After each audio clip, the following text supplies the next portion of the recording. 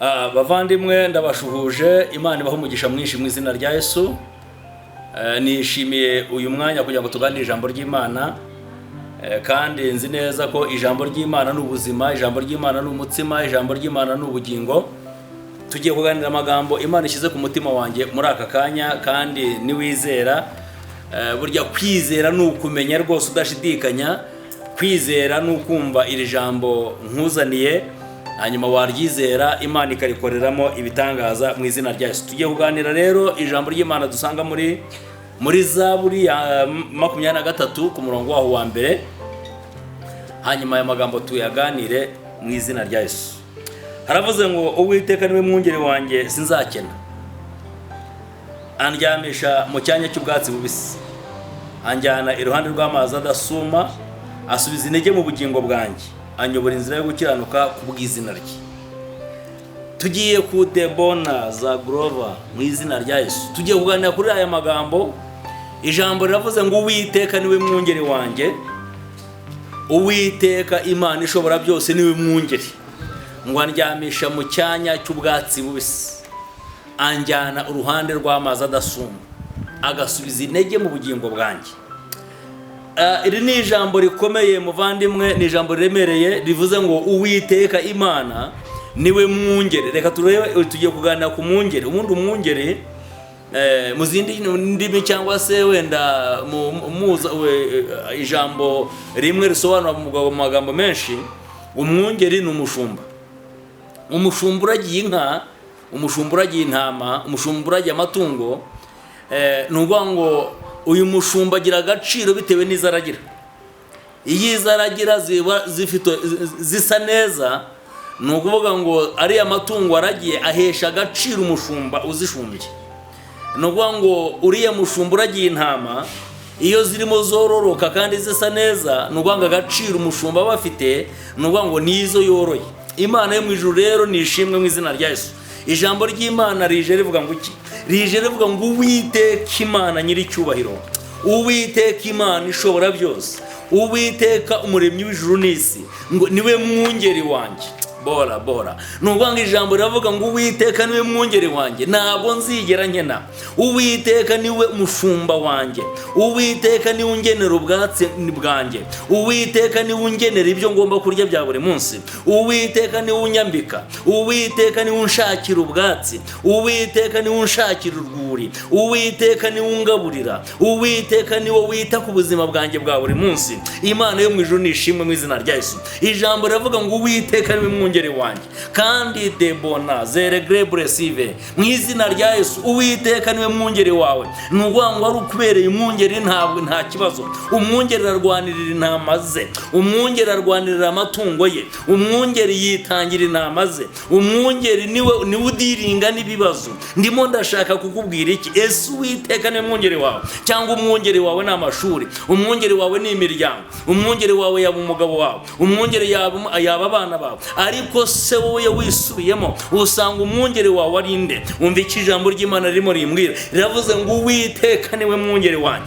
ngo kandi kuba mbere umwungeri, ngo anjyana uruhande rw'amazi adasuma, anjyana uruhande rw'amazi adasuma. Muri ino minsi amazi asuma abaye menshi, muri ino minsi message turimo twumva zirimo ziduhagarika imitima ni nyinshi, ariko ijambo riravuze ngo umwungeri wanjye anjyana iruhande rw'amazi adasuma, anjyana uruhande rw'amazi adasuma. Kandi ikindi gikurikiyeho, ngo akajya asubiza intege mu bugingo bwanjye, aho natenebutse n'unsubizamo imbaraga. Mwidebo oze grepresive mu izina rya Yesu. Ijambo riravuga ngo niwe wenyine usubiza intege mu bugingo bwanjye, kandi ngo anyobora rekotaya binigreya, ngo anyobora inzira yo gukiranuka. Uwiteka Imana ishobora byose anyobora inzira yo gukiranuka ku bw'izina rye. Aranyobora, niwe unyobora, niwe undinda amanywa na nijoro.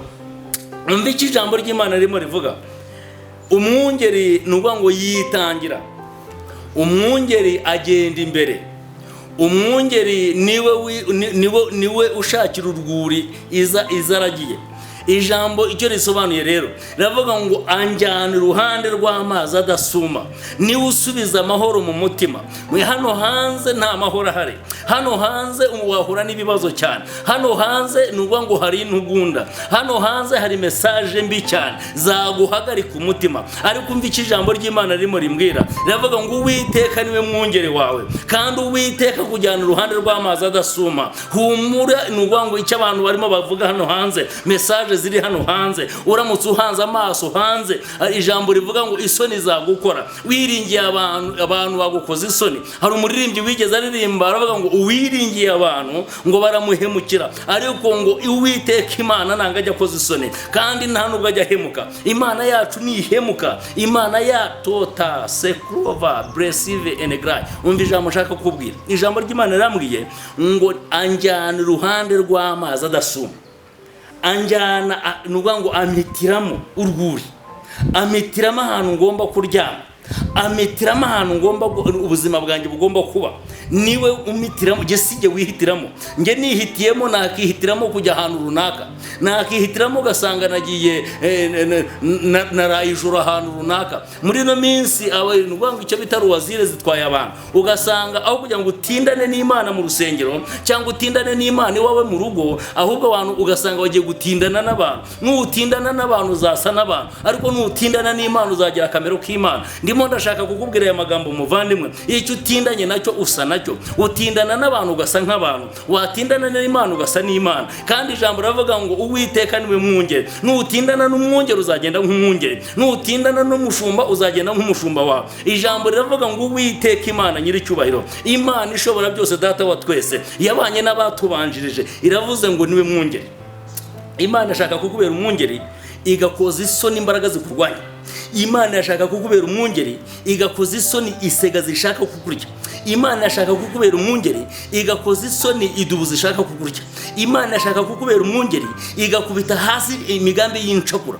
Imana yashaka kukubera umwungeri ba bantu bakugambana cyangwa se bagutegera mu rwihisho, uyu munsi ikabakora isoni ku mugaragaro. Imana yashaka kukubera umwungeri ibitabonekaga bikaboneka. Imana yashaka kukubera umwungeri aho utinjira gukahinjira. Imana yashaka kukubera umwungeri ibyo utabonaga ukabibona. Imana yashaka kukubera umwungeri ibyo utumvaga ukabyumva. Imana yashaka kukubera umwungeri ukarya ugahaga ukagubwa neza mu izina rya Yesu. Ndimo ndashaka kukubwira iki kintu, nuvuga ngo mu buzima busanzwe bwa buri munsi, Imana data wa twese itari mu ruhande rwawe isoni zagukora muvandimwe. Imana itari mu ruhande rwawe, wikishingikiriza abantu nta kintu bakugezaho, wikishingikiriza amashuri ntacyo yakugezaho, wikishingikiriza inshuti n'abavandimwe ntacyo byakugezaho. Iyo wikishingikiriza na konti ishobora kubiriho ikintu kabone niyo cyaba nakiriho nakiri ibyo byakumarira, ariko ishingikirize ku Uwiteka. Ijambo riravuga ngo Uwiteka azadibinivra. Ijambo riravuga ngo Uwiteka niwe mwungeri wanjye, kandi nuvuga ngo nakubera umwungeri ngo anjyana iruhande rw'amazi adasuma, yarangiza ngo agasubiza intege mu bugingo bwanjye. Ijambo ry'Imana rirambwira ngo mu minsi y'imperuka ngo abasore b'imigenda bazacogora rwose. Tugeze mu bihe abantu bacogoye, tugeze mu bihe abanyembaraga bacitse intege, tugeze mu bihe muri ino minsi abo twabonaga nk'icyitegererezo nuvuga ngo barimo bacika intege. Tugeze mu gihe uyu munsi abo twafataga nk'abantu turebera bari reference zacu uyu munsi batenebutse. Ariko undi kidebosika, umva iki ijambo ry'Imana ririmo rivuga Uwiteka Imana nyiricyubahiro irashaka kukubera umwungeri akavuguruza ibitakwemeraga, akavuguruza imbaraga z'umubiri, akavuguruza mu izina rya Yesu. Uwiteka nakubera umwungeri. Iyo inama irwaye umwungeri niwe uyivura. Iyo inama irwaye yize ikibazo nuvuga ngo yatatswe n'imbaraga z'umuntu, nuvuga ngo umwungeri niwe uyivura. Ijambo rero ikintu ririmo ritangaza, ririmo navuga ngo Uwiteka aje kukubera umwungeri kandi agiye kukuryamisha uruhande rw'amazi adasuma. Nuvuga ngo hari amakuru mashyashya ugiye kumva, hari message nshyashya zigiye kwinjira mu mutima wawe, hari ibintu bishya bigiye kwinjira mu bugingo bwawe, hari inkuru nshya zigiye kwinjira mu buzima bwawe. Ndimo ndatura aya magambo umvuga ngo Uwiteka Imana ikubera umwungeri, nta soni zizagukora, kandi ugiye kwambarira inkindi aho abantu bashakaga kugiye kwambarira incocero, ugiye kwambarira icyubahiro aho abantu bashaka wambarira ikimwaro. Ndimo ndashaka kukubwira iki, riravuga ngo abiringiye Uwiteka ngo bameze nk'umusozi wa Siyoni, ngo utajya ubasha kunyeganyezwa, ngo ahubwo uhora uhamye iteka. Niba wiringiye Imana ishobora byose, niba wiringiye Imana data wa twese, isoni ntizizagukora, bakuroga ntizizagukora, bakwanga ntizizagukora, bakurwanya ntizizagukora, icyo bakora icyo cyose. Ndashaka kugutangariza ikintu, nta soni zihari ku ruhande rwawe, nta kimwaro gihari ku ruhande rwawe. Ijambo rimwe rirambwira, ijambo ryuzuye. Imana data wa twese message y'imitanga iravuga ngo Uwiteka niwe mwungeri, kandi ngo andyamisha uruhande rw'amazi adasuma, ngo agasubiza intege mu bugingo bwanjye, ngo akanyobora inzira yo gukiranuka ku bw'izina rye. Tugeze mu bihe uyu munsi utayobowe n'imbaraga z'Imana, utayobowe n'itara ry'Imana. Uyu munsi abantu benshi barahari, barahagaze baremye, ariko amatara yarazimye, itabaza ntirikibona. Uyu munsi aravuga, ariko ibyo avuga bigahabana n'ibyo akora. Itabaza ryarazimye, itabaza nirikibonesha.